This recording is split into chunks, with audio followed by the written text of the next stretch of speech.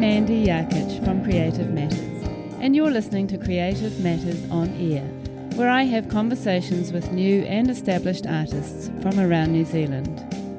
I love to listen to artists' stories and learn about their creative process, and maybe you do too, which is why I've made this podcast, to inspire, inform and educate. I hope you can take away something positive and encouraging from each of these amazing stories to help you on your own creative journey. Hi there and welcome to Creative Matters. Today I would like to welcome photographer Eric Schusser to Creative Matters. Eric is a photographer from Central Otago in New Zealand. He has a diverse style and portfolio that includes social documentary, abstract works, and fine art imagery. His work is often project-based, and he's fascinated by the power of text and photo together. He is drawn to the big skies, dramatic weather and season changes, and the graphic wide open spaces of the South Island of New Zealand, which he has explored extensively in his 36-year career as an outdoor education teacher. Eric's photographic practice is expanding, and he is developing an interest in the abstract beauty to be found in urban spaces and to appreciate people more and the importance of telling stories. Eric is intrigued by photo books and has published 4 books, 2 of which are collaborative works with his wife Annemarie Hope Cross, exploring her journey with breast cancer and his role as caregiver. He wants his viewer to make an emotional, intimate connection to an image, project or photo story, where something resonates with their life experience, their humanity. This intimate, emotional style reflects his involvement over 13 years as both a search and rescue volunteer and 30-plus years as a volunteer frontline ambulance officer. You can see images of Eric's beautiful photographs on our blog, which is on our website, creativematters.co.nz, and of course on his website, ericschusser.com. Eric has some truly moving messages for sufferers and carers going through cancer, and how creativity and collaboration has helped him and his wife Annemarie through the tough times. You can hear Annemarie's story on our previous episode 39. Good morning, Eric. How are you? Hi, Mandy. Very good, thank you. It's lovely to see you and lovely to meet you. Thank you so much for joining us. Pleasure. Yep. And welcome to Creative Matters. Thank you. Looking forward to taking part. Yeah, thank you. It's great. And as most listeners will know, I interviewed your wife yesterday, Annemarie Hope Cross. And so her episode is episode 39 and yours is this one. So, it's a lovely thing, I think, to combine and to talk to you straight after Annemarie, because you guys have been going through quite a massive journey in the last 5-6 years. And also, your practices are beautifully aligned. So it seems logical that I'm talking to you now. So thank you. No, thank you. No, I think it's a good follow-on as well, because like you said, we've been going on a journey, and that's one of the positive aspects of that medical event is that it's helped develop both our art. It's one of the positives, if you like, of a not a particularly pleasant situation. Exactly, yeah. So you're on this breast cancer journey, which started in 2017, and there's so much learning and interesting things that have come of it, which is the positive side, So we'll go into that a bit later. But just to start with, Eric, would you mind going back to your childhood and telling us where you were born and what kind of childhood you had? I was born in Wellington, Houghton Bay on the south coast there. My parents, I've got Scottish and Sudeten German ancestry. So my dad, he was a political refugee in 1938 coming out of the Sudetenland, which was kind of handed over to Hitler. He was lucky to get across to Scotland, and my mum's Scottish, and they met there coincidentally. My dad was a swimmer, and he met my uncle, and my uncle brought him home, and the rest is history. And they immigrated in 1950 for my mum's health reasons, for asthma, and ended up in New Zealand. And yeah, it had been both amazing parents. So it's very, very lucky, and it's something you sort of take for granted often about your parents. And it wasn't until I started my career as a secondary teacher and I saw how a lot of other kids' parents acted and behaved. It made me realise, how very, very lucky I'd been that way. So, yeah, I grew up on the South Coast. Started my photography there very, very early with my dad, just going for walks. That's where I learned about my family history on the German side. Learned to speak German through him. We'd go for swims in the summer, but we'd always have tripods and cameras. So from once I was about 3 or 4, it was always out looking at South Coast sunsets in particular. Yeah. Oh wow, it's amazing. Yeah. So he passed on his love of photography to you.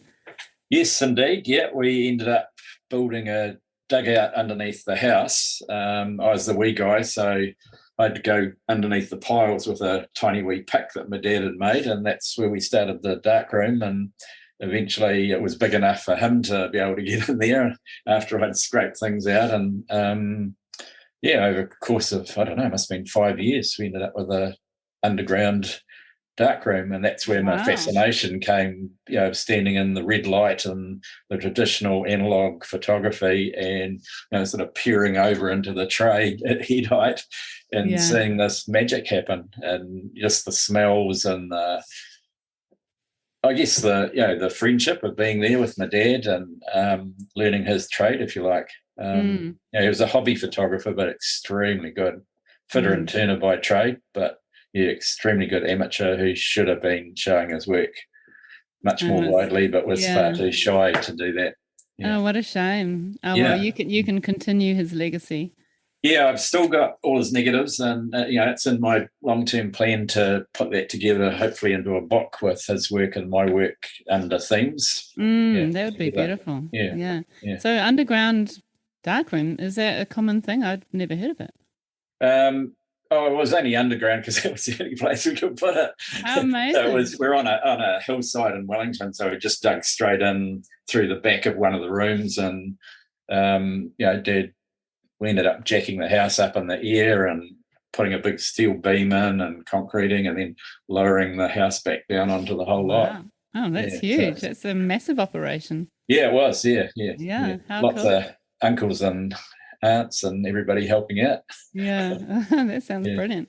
So most of my mum's family came across from Scotland, so I had lots of aunts and uncles all on the same street, or within 2 bays of each other. So I grew up with a extended Scottish family, but very limited German family. Oh, that's beautiful that you had your family so nearby. Great way to grow up. It was. Yeah. So were you actually trying your hand at photography as a young boy? My dad gave me a camera, I don't know what age I was, very, very early on. I think I first remember taking photographs when I was 14, and my dad took me for a trip up onto the Tasman Glacier ski touring. And we were up there for about 10 days. And that's the first, that's the only negatives that I can find still existing that I know that I took. How amazing.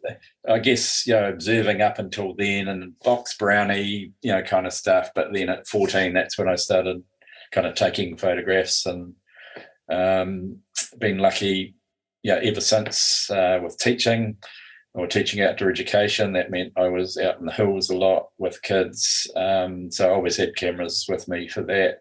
So if I was in the snow or in the the rivers or in the bush, on the rock, always taking photographs in great places. You're obviously a very outdoorsy kind of guy. I guess so. I mean, as a career, fantastic.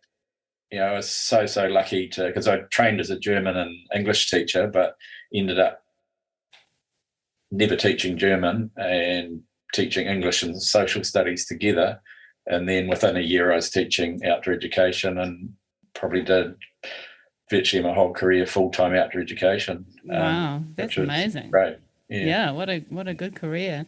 And Good what it's a good medium because a lot of traditional subjects are kind of pocketed into pieces, and I guess, well, you probably know this from art teaching as well, that um, things like that and like outdoor education allow you to be a lot more flexible. So you can go and explore where kids want to go and look at different angles to things. And it wasn't, for me, it wasn't so much about trying to teach kids to climb or to ski. It was about, what do you learn about yourself? What do you learn about other people? What do you need in terms of resilience in yourself to push through struggles? What sort of skills do you have in the way of teamwork and leadership and empathy for other people and for the environment? And so you're able to explore all these things through the medium, rather than being isolated down into a wee pocket. And that's right. And arts, photography is the same way. It's slightly sort of less prescribed, I guess, and you can kind of head off on a bit of a tangent with your class. You're not so exactly.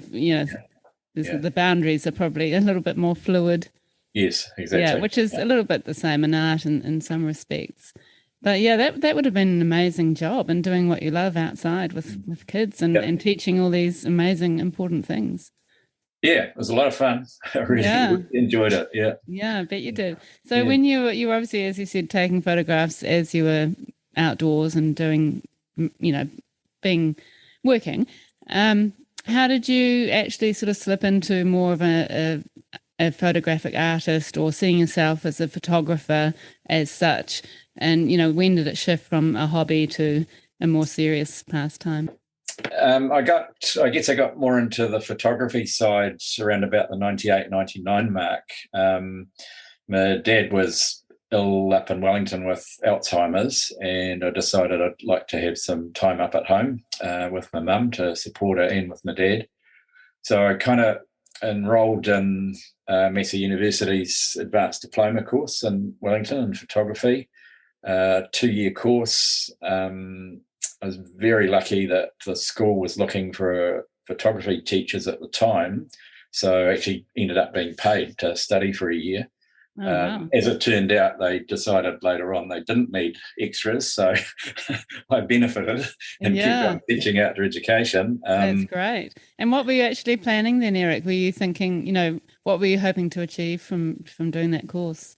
I guess I just wanted to learn more that, well, when you're teaching in the outdoors, you're away a heck of a lot, so it's quite hard on relationships and time because you're around so little. And I thought if I want to be serious about photography, I actually need to put some time into it. So that was my opportunity. Twofold, I had a fantastic time with my mum and my dad, and ended up completing the course, getting lots of inspiration, seeing guys like Wayne Barra. He was one of my main lecturers, and that was the one on exhibiting work, where we had to put a whole exhibition together. That was our assignment for the year, and that was the just most magnificent time. I just learned so much, had so much fun, and I'd been doing adventure-based community development work as well to help keep the dollars coming in that first year in particular. And from that I decided I really want to do more. And part of one of the assignments that I had to do as well was, which worked out, being interviewing ambulance officers around Central Otago. And that was my project. And I also did a project on my dad. So it was a photographic thing, taking images of him through that whole year and putting that together into a story. Wow. Which seemed to move quite a few people. Other students that read it at the end of the year were in tears. I bet. And that was... Can we talk about that? That's really interesting. Sure. So did you have words with your photographs, or was it purely photographs in the book? No, it was words and photographs. And I think that's something that was my first experience of thinking there's a real power to combining words and photography together that they both complement each other very, very well. Mm. And yeah, I seem to, I wouldn't say it was a gift, but I just seem to have that ability to pull words together with the images that kind of told a story that, while it was my story, other people could relate to that really easily. Yeah, and there's so many people of our generation, dealing with parents with Alzheimer's or, other illnesses. Yeah. So I imagine that would be really helpful. Yeah, and I guess in a way it was, I suppose, a love story, with my dad, about growing up, with him, and just our life together, and that changing over time. So it's so special, isn't it? It's really I think very lucky, because not many people get that opportunity. And that would have been a lovely way for you to bond with him.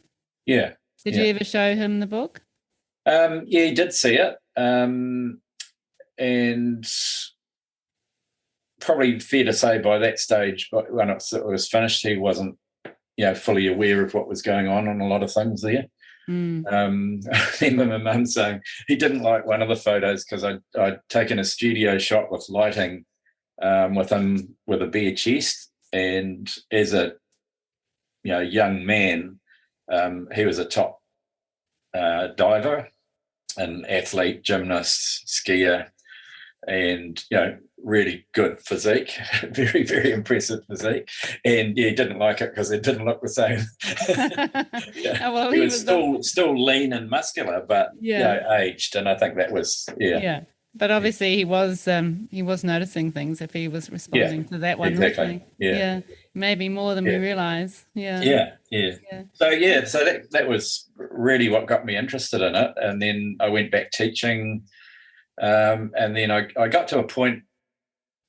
I mean, teaching is a great job, but also brutal in terms of your time, and if you're working in the outdoors, there's more to it. It's not a 9-to-5 job. It's it's a profession. You're working day, night, all sorts of odd hours, weekends.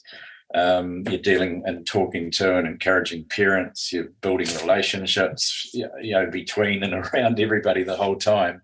And I guess in the outdoors, you've got the added thing of so much risk management and safety, paperwork.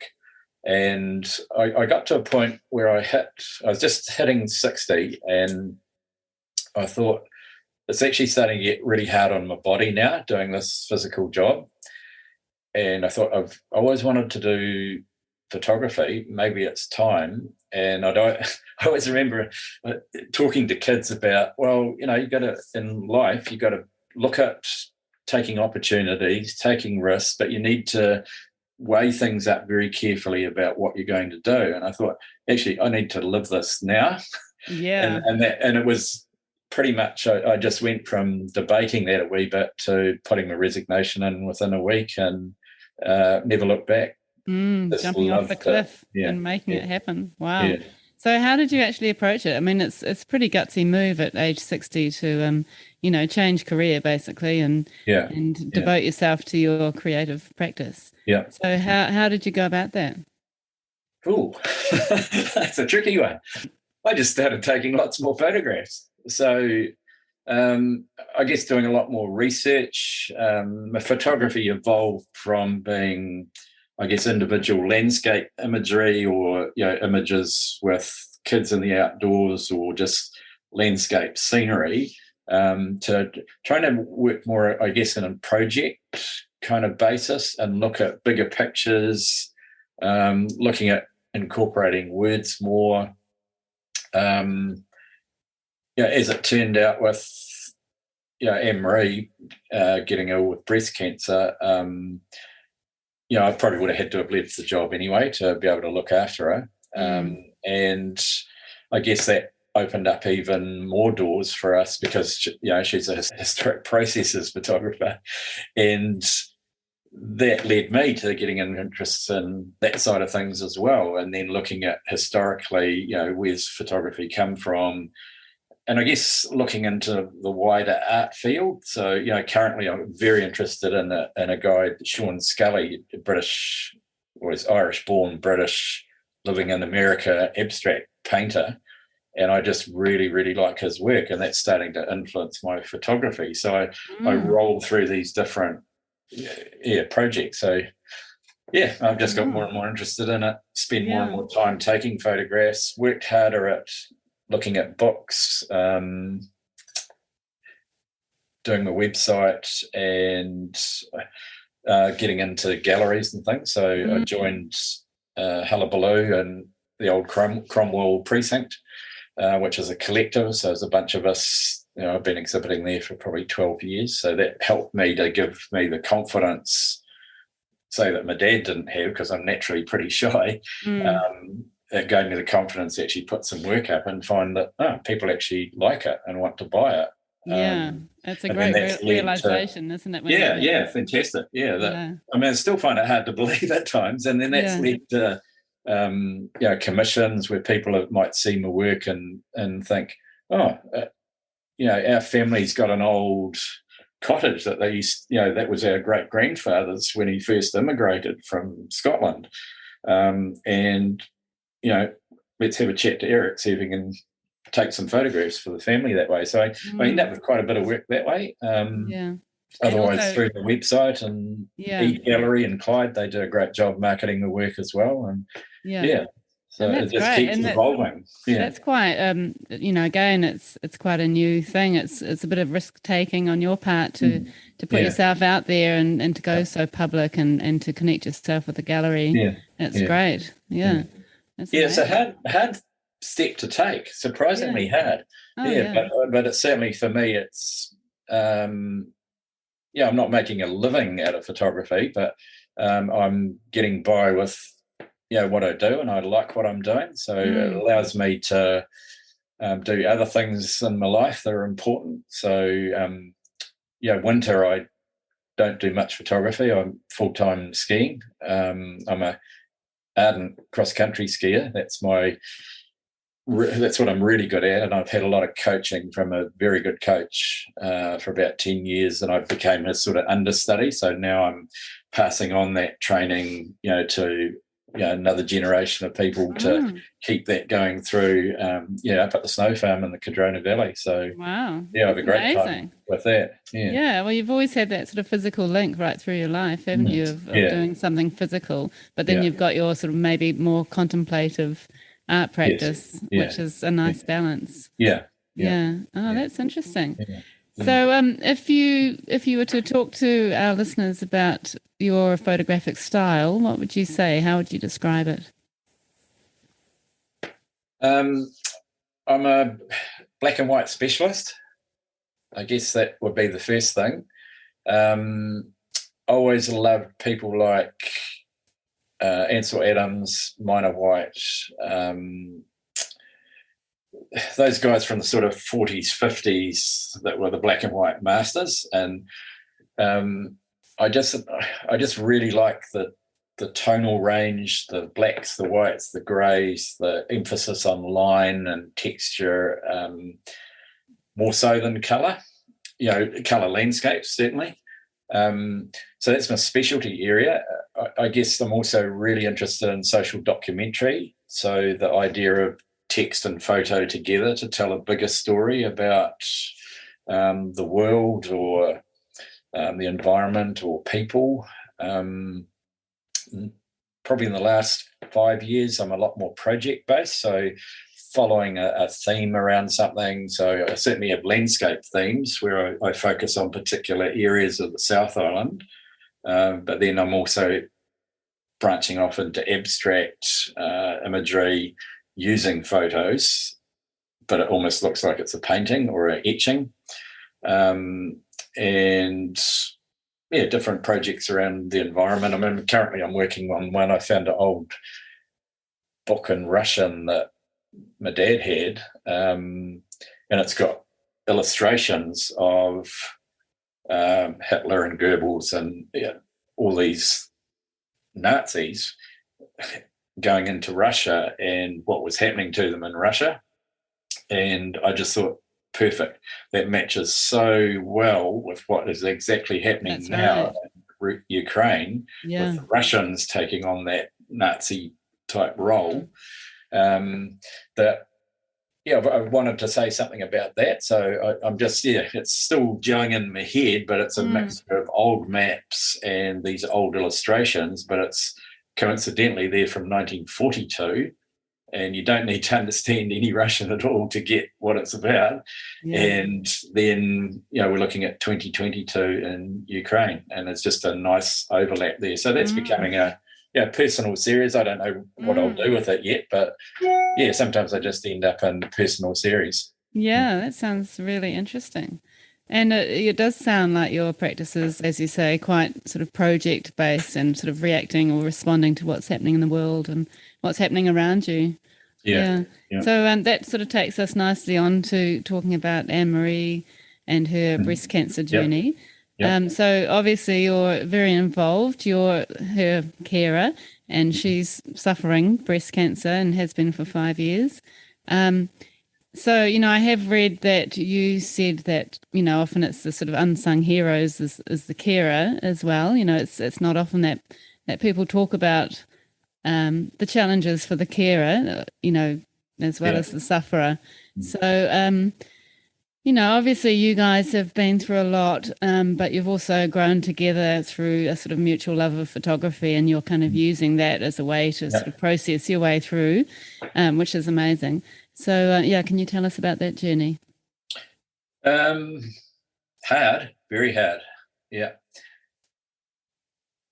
I guess when you get such a shock in your life, and I mean, Annemarie and I had been married 8 weeks when we got that diagnosis, and it just changes your life. And on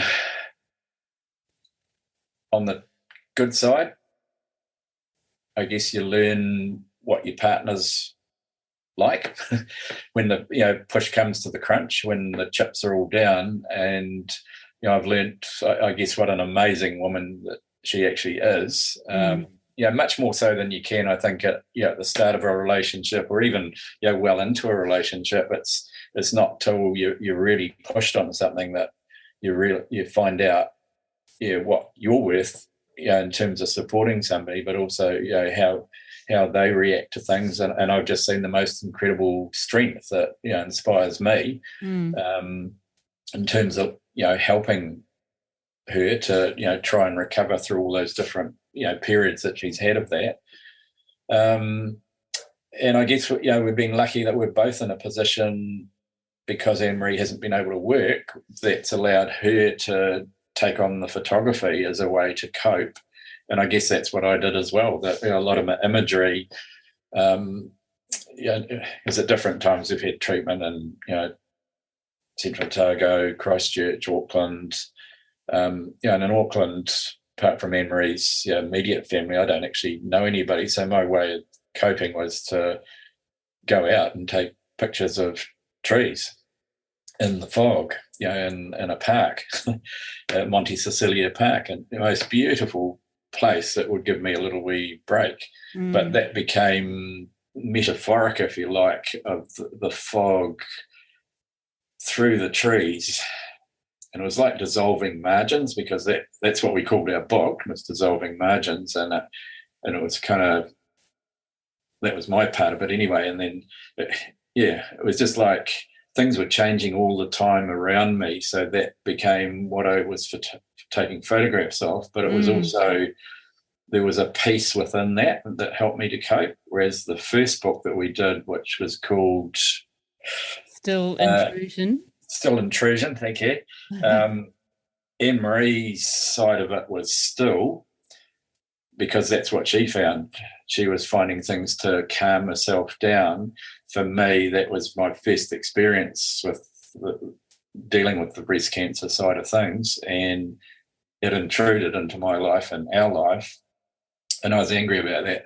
Yeah. So my imagery was wet roads with trickles of liquid running down the roads, or just curves or street markers with arrows on them, because to me that was what was happening with my life. It was all over the place. So I'd be going one way, and then suddenly you're changing direction another way, and MRE's continually being pumped through with these chemicals. So that was why there was just a sense of, liquid and intrusion.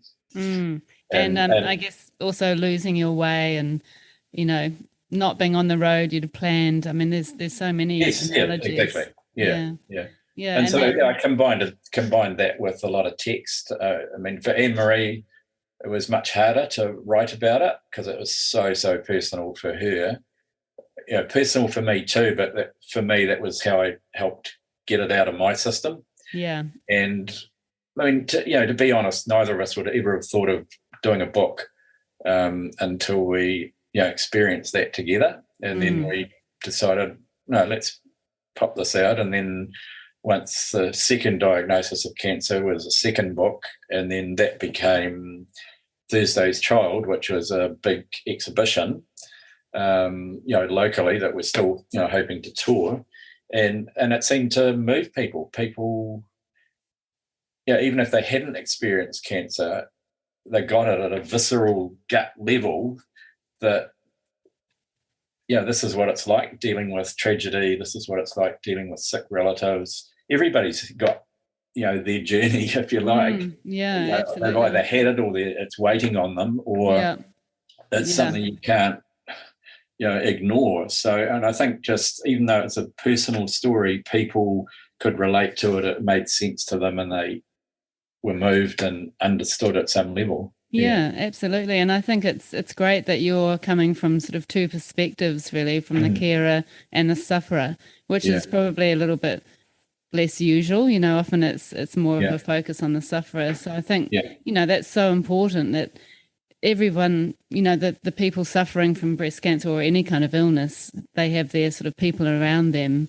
their support crew, who are so deeply affected as well, in a different way. Yeah, exactly. Yeah, it's tough. But, it's also a beautiful legacy to have, to record this period of time, and also for you two to have that together and to be able to kind of immerse yourself in something creative to get your mind off it, I guess.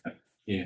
No, I mean, absolute privilege. That's, both of us have said so often, we don't know how anybody gets through this without really strong support, from their family and friends. But even when you've got that, it's still, for Annemarie, you've still got to make that journey alone. It doesn't matter how much support you've got. It's still, you've got to find that inner strength to keep on going. And the same, as a carer, you've got to find something within yourself, as well, because at the end of the day, you don't walk away. That's right. Yeah. It's tough, but humans are tougher than we think sometimes, I think. Exactly. And more adaptable. Yeah. It's often surprising what you can, dredge up in those times that you sort of almost surprise you. Yeah. And even, like traveling, if we've had to go up for a PET CT scan to Christchurch, well, we learned that 5.5 hours is too long a drive, so we stop in Tekapo and take some photographs, or I'll take some photographs there. And so there were ways to incorporate our respective practices, into all the treatments and everything. So it opened doors that we probably would have wasted time on if we hadn't been in that particular situation. I think a lot of people, we're lucky that way, that I think a lot of people waste time in their lives, and I guess we're just a bit more aware of that in our situation. So, we have that opportunity to do more. Yeah, and to be more together. Live your best life and, work together like that is amazing. Well, I have a lot of respect for you both and how you've approached that and the beautiful work that's come out of it. Thank you. Yeah. So moving on from the photo books, you have had a lot of exhibitions and group exhibitions and solo exhibitions, which is amazing. Yep. And as you said, you've got your website going. But let's just talk about some of the different series that you've done. So the Southern Topographics is obviously celebrating your place, and they're black and white. So can you tell us about those? I guess just a reflection of my love of the South Island. Well, everywhere that's got dramatic landscapes, and Central Otago, big skies, I struggled to photograph it when I first arrived. What attracted me was the big blue open skies, which was great for colour photography, not so good for black and white. And then over time, I evolved to being much more interested in the weather and the change and the wind and the cloud. So my photography is more focused, I guess, around change in the seasons, change in the weather, the northwest fronts coming in, the southerlies coming in, the southerlies leaving, and what they leave behind, the seasonal changes. Just really attracted to all of those things, and Central's just ideal for black and white photography. And then it's got that sort of expansive land forms as well. Beautiful form. I've started getting more interested in. We've had a few trips down to Kakanui on the North Otago coast. It's actually where Annemarie and I got married, on the beach down there, and I've started doing a whole series on seascapes as well, because you get really dramatic. I guess it takes me back to my Wellington days and on the beach with my dad, and the dramatic skies and sunsets and sun rises, and I've got a lot more interested in seascapes as a series, if you like, as well within that, and then urban materials starting to blend across to matching up black and white pictures of old buildings with colour steel. I've noticed kind of thing from old amazing rusting, corrugated iron in particular, and then the corrugated iron shots, which I would take as a traditional shot, they're now morphing into combining different pieces of corrugated iron into a collage, if you like, to create an totally abstract image that you just wouldn't have a clue what it is. And I'm always quite chuffed when people look at my work in a gallery and I'll hear them saying something about it. It's like, is that a photograph, or is that a painting, or is that an etching or a print? And they're not quite sure. And that's I kind of like that, because I like that ambiguity within the work, that people aren't sure what it is. Yeah, and that idea, I guess a lot of abstract work has that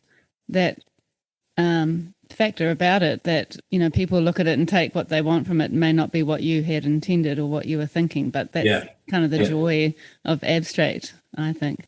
And so the psychogeography of place is one of your series. And so is that connecting with the material of buildings that you're talking about? Yes, correct. It is. Yeah. And I was looking for a title for it, and it worked perfectly because it was trying to show that blend between place, where a building is, but also the psychology behind it, and that was where the colour came into it from the corrugated iron. So you're combining elements, I guess a wee bit like text and photos, but in this case two very diverse images to tell a bigger picture, if you like. And so on your website you have those sort of alongside each other. So the correct. Is it always a building and then the material next to it? Yes. Yeah. So how do you choose your buildings? I guess I work very photographically. I'm just moving around and I'll just see something and I stop, and then I walk around and get different angles and different light. Sometimes I'll come back to a place. So I have in my head, I've got this enormous record of, right, I need to go back to such and such a street in winter at about 5:30 to get a certain amount of light on that building, and I need a northwest clouds with it. So quite often I can go back to that place at the right time, but there's no northwest clouds. So I guess what that means is I've got this big bank of images to take, but I need certain things to come together to get exactly what I'm envisaging in that place. I'm very much driven that way, where I'll see something and I think I have a finished product in mind, but the light's just wrong time of the day. The weather's not quite right. So if you're at a social event and suddenly run out the door, we know why. Exactly. The clouds, the light, the time, Perfect. Exactly. Yeah. Oh, that's an interesting idea, and I like the way you're sort of bringing those two elements together. It's really effective as a sort of project, and it's quite sort of thought provoking. Yeah. Yeah. What are you actually capturing the material from that building and then highlighting that? Not always, no. So sometimes it's material from other buildings, which I think will match better together with just the shape and the light and the lines on that building. So not necessarily directly related. Yeah. That's interesting. And so the Still Intrusion series, which was city-based, you've already spoken of, which was sort of in partnership with Annemarie, and the Dissolving Margins. But you also have the series The Colour of Anxiety, which is the black with this gorgeous kind of French vanilla colour. Yeah. What's that all about? So that was 1st of January, I think it was 2019, when the Australian bushfire smoke came over. And I remember waking up, and it was like, I woke up at 9 o'clock and it was still dark. And I looked at my watch. I thought, what's going on? And opened the curtains. And then there was this amazing pinky, peachy, vanilla-y kind of sky. And it was like a lightning bolt to me that this is climate change right in our face in New Zealand from the other part of the world. Yeah. That had drifted across the Tasman. So I guess the series basically evolved out of that. So while the photographs themselves aren't of that ash lying on the snow, for example, because I know there's some photographers that had done work on that, I kind of created that peach effect, but chosen images and shoot images that I think where the sky and the background would match that peach colour to tell a story of basically a depleted Earth with no humans left on it. It's almost like some of the photographs, it's like people have just packed up and gone, particularly when you see it as a series and it becomes like there's nobody here. It's like the Earth has changed, destroyed, everyone's gone. Yeah, and that's, really, I guess, my way of. And I think one of the last pieces in that is a piece of graffiti on a wall. I'll try to think what it says now. It's words to the effect of if you don't do something about it or say something about it, then you're complicit. Yeah. Yeah. Interesting. Yeah. And that series really does have that feel of sort of emptiness and you sort of it's the kind of series, it's kind of work that you sort of puzzle over, and it's interesting. And does it have any reference to the anxiety with the breast cancer journey? No, not really. No, that one's more just a direct an anxiety about. Well, I suppose it is in the sense of anxiety about the future, but not specific. But I know, I mean, just that general anxiety rolls right through, my whole life. But that's more, in, I guess, that wider anxiety for the planet. Yeah. And for all our futures and the futures of life on Earth. Yeah. And how did you actually create that colour? Filters, so that's all digital. Specific filters that help get that colour, because that was the colour that I saw the sky. That's as close as I could get to it. Yeah, but it's really effective, isn't it, having a series with sort of repeated images that are different but still have that same sort of colour palette. It's very striking. Yeah, it helps join the palette or join the series together and keep it coherent. That's Whereas if it was black and white, I don't think it would have the same coherency. Yeah. And just lastly on your, actually there's a couple of things I'd like to ask you about that I could see on your website. So the topology of lines looks very interesting. Is that sort of going down your more abstract way, or what's happening there? Yes, it is. Yeah. Yep. So it's just me thinking about, taking, and I guess I'm doing it in black and white as well as in colour, but it's just taking shapes, form, and stripping away things, I guess more playing with photography. So not taking it too seriously, but just looking at, what can I do with lines? Yeah. Yeah. And playing with that abstract idea. Yeah. That's very cool. And, the nice thing about that is there's the rest of your life you can explore that idea. It's kind of Yeah. never ending, isn't it? Yeah. And I think it's probably, as I've looked more and more at art books and art, through the ages as well, that's kind of influenced me to think slightly differently about photography. That's not necessarily having to show a view. I can tell a story, I can show a view, but I can also play and have a lot of fun and just look at abstract lines to create beautiful shapes. Yeah, I love Please that. me. Yeah, exactly. And move the viewer, no doubt. Mm. Yeah. So can you talk about the series oh no, now I've forgotten the name of it. I Am Changed. I Am Changed, that's right. And that's really interesting because, I mean, for the first time we're seeing portraits, which I presume you have photographed, and you're mixing that with text again. So what's that one all about? So that was one of the, I guess, another one of those seminal moments during the Massey University course where I mentioned we had to put on an exhibition. So that was part of my exhibition, and it was all based around the Wairarapa, Martinborough area. And a good friend of mine, Jeff Stone, he'd lived in that area.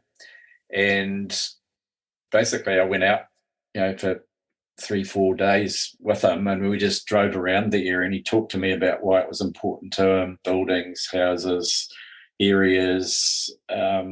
Sometimes I took photographs then, sometimes I didn't. And then I edited the words out to get some sort of key things to tell the story. And then I went back to the area and shot landscapes to try and match the words to get the emotion of the words connected to the landscape. So that then became, on my website, it's a series of photographs and words.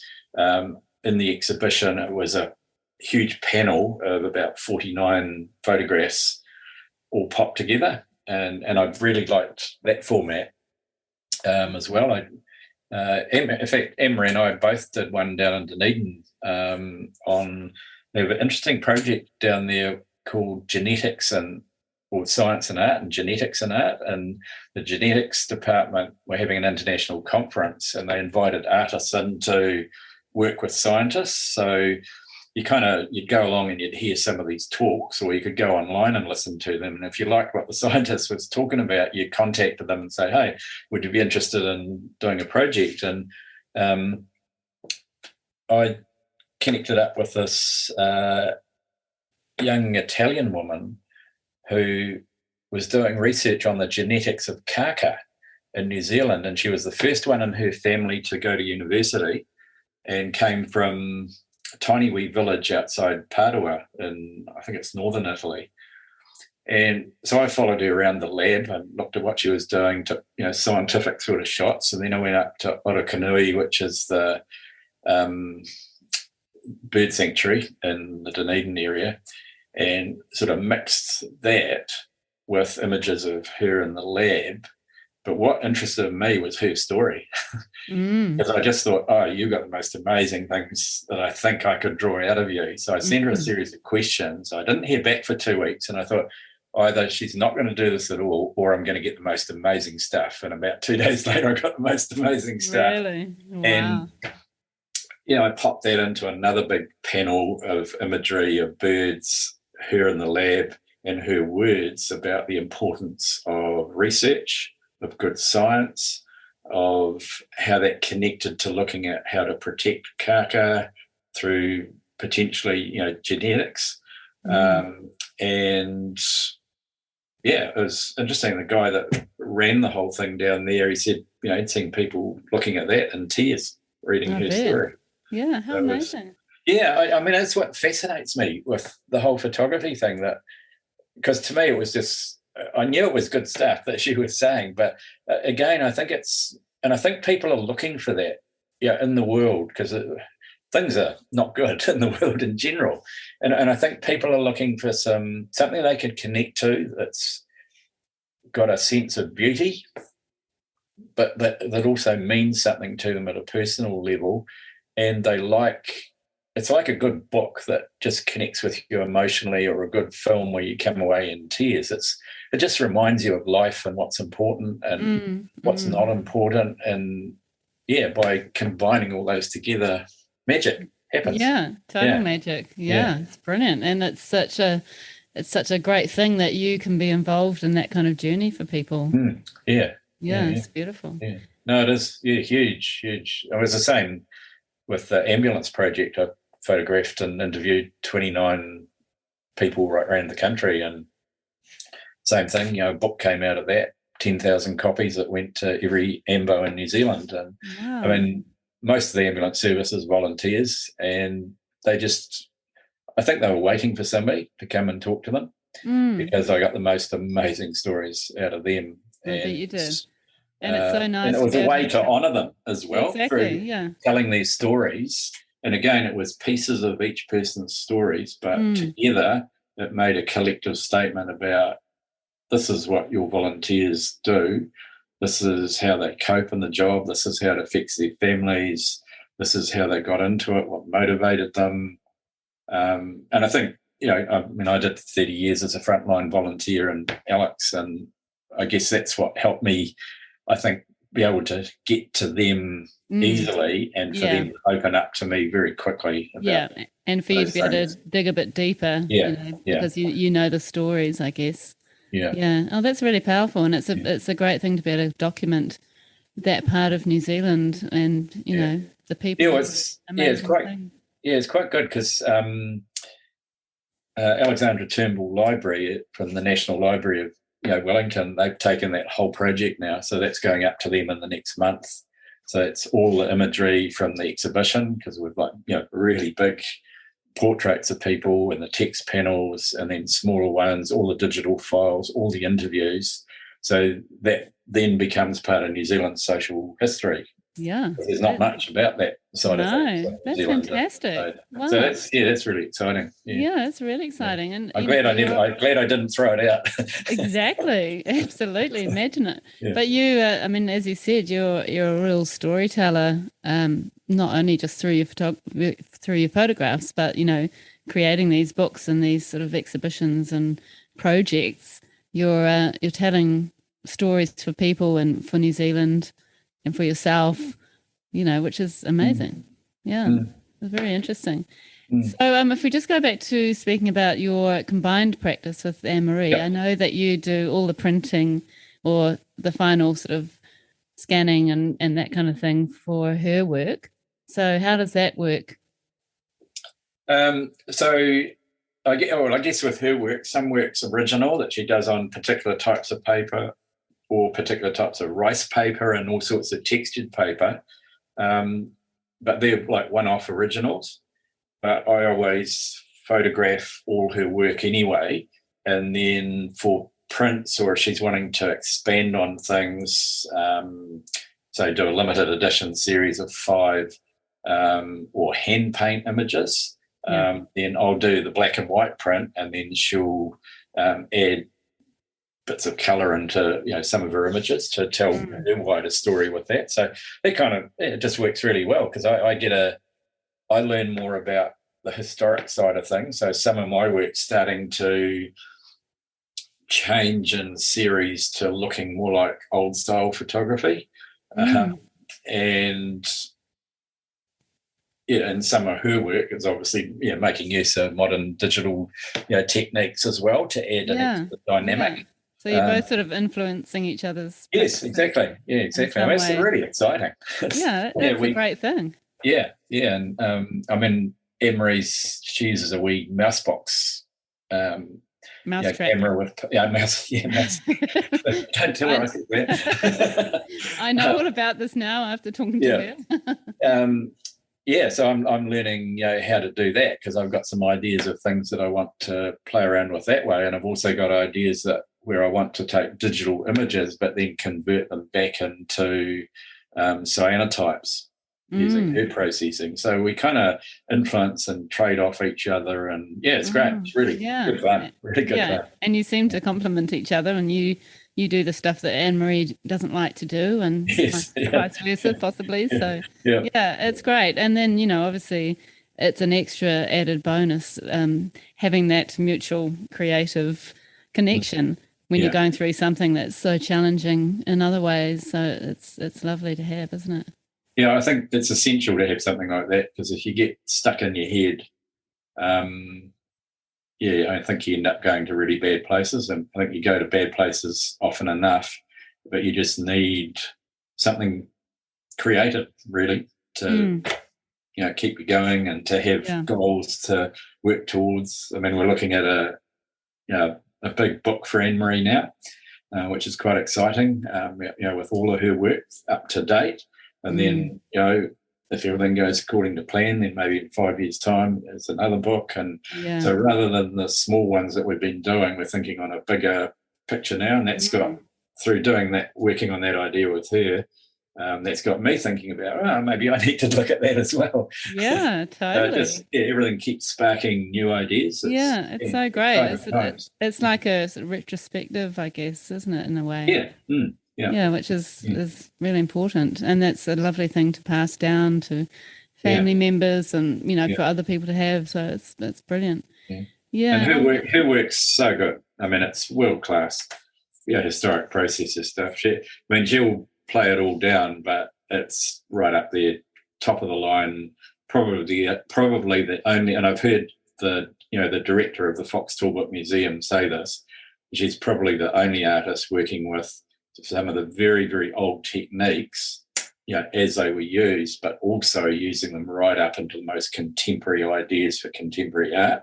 Yeah. And it's just brilliant work. It's great to watch what comes out. Yeah, I know. I mean, now that I've spoken to her and sort of learned about some of those processes and seen her beautiful work, it's really, I just feel like I need to own something now, because it's just, there's something about it. And same with your work, and that's the thing with talking to people and hearing their stories and what's important to them and what they're passionate about. You just have this whole new connection to their work. And it just means so much more. And if I speak to an artist every week, I'm going to be poor, because I feel like I need to buy a piece. But it's really special. So I guess we need to start thinking about wrapping up, but just a couple of questions to finish, Eric. Firstly, what would you say to somebody who is struggling with their creativity or starting out on their creative journey? If I was struggling with my photography, it's just keep taking photos. Just keep taking photos. Immerse yourself, which is, I guess, what I do in other art. I'm not, closed to what other people are doing, so I flick through, all the historical art, the modern art, and that inspires me. It clicks, unlocks doors, if you like, and suddenly all these other doors open from that to allow me to do other things. That's probably the main thing. Just be open to all sorts of things, but just keep doing it, even if you're blocked and nothing's happening. Get the brushes out, get the camera out, go and walk and just wait for something to. And that's how I operate. It's just I'll walk with the cameras, and then something's just caught my eye, and then I'll maybe start walking around it a lot more. So I'll explore the scene from different angles, different light, and that's where I get those ideas. Right, got to come back there, or I might, if I'm lucky, I'll get something on the spot that just is exactly what's hitting that emotional connection. And it's more that than an actual visual connection. It's the combo of what I see, but also how that makes me feel and the emotion tied up with that place at that particular time. Yeah. You can see that in your work. Yeah.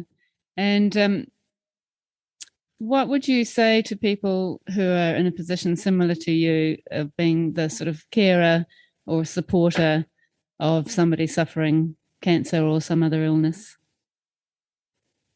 Whew. Tough one.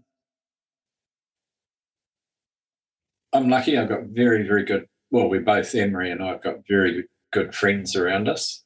In particular down here. Neither of us have family in the area. So immediately around us, we've got friends that we just know because of those friendships that we can ask them for whatever we need anytime. You need to look after yourself as much as you can. I think as a carer, you can end up caring all the time. But if you're starting to fall apart, get too tired, you can't actually help your partner. So it's very much trying to balance things out all the time, and it's a constant balance. It's constantly changing, but it's trying to make sure that you look after yourself, that you eat well, you keep your fluids up, that you talk with your partner.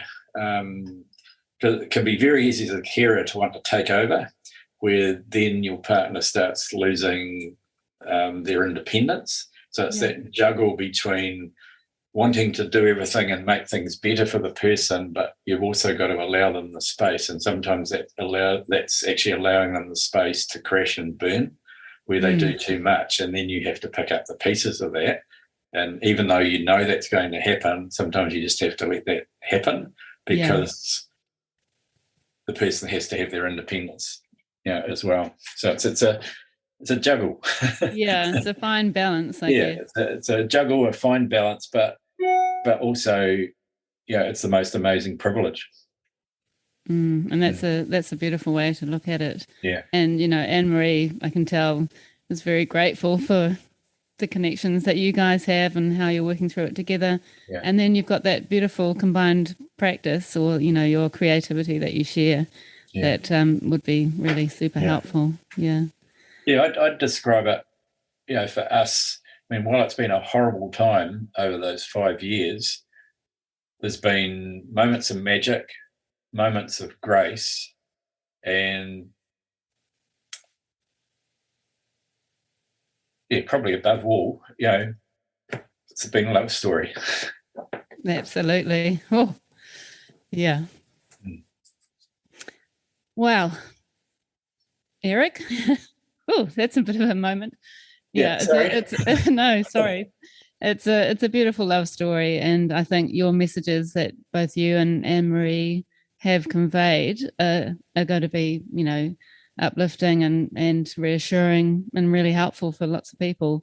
So thank you so much for sharing such a personal journey, and also for sharing your amazing art practice and process. Your work is stunning, and I hope everybody can check out your work on your blog or on your website. But thank you very much, Eric, for your time, and it's been lovely meeting you. No, thanks, Mandy. Vice versa. It's great to be part of something, and it's great to see so many stories of art coming out, because that's it's part of our social documentary as well. Documenting people's stories and what they do, and it provides opportunities, inspiration for other people as well. So thank you. Thank you.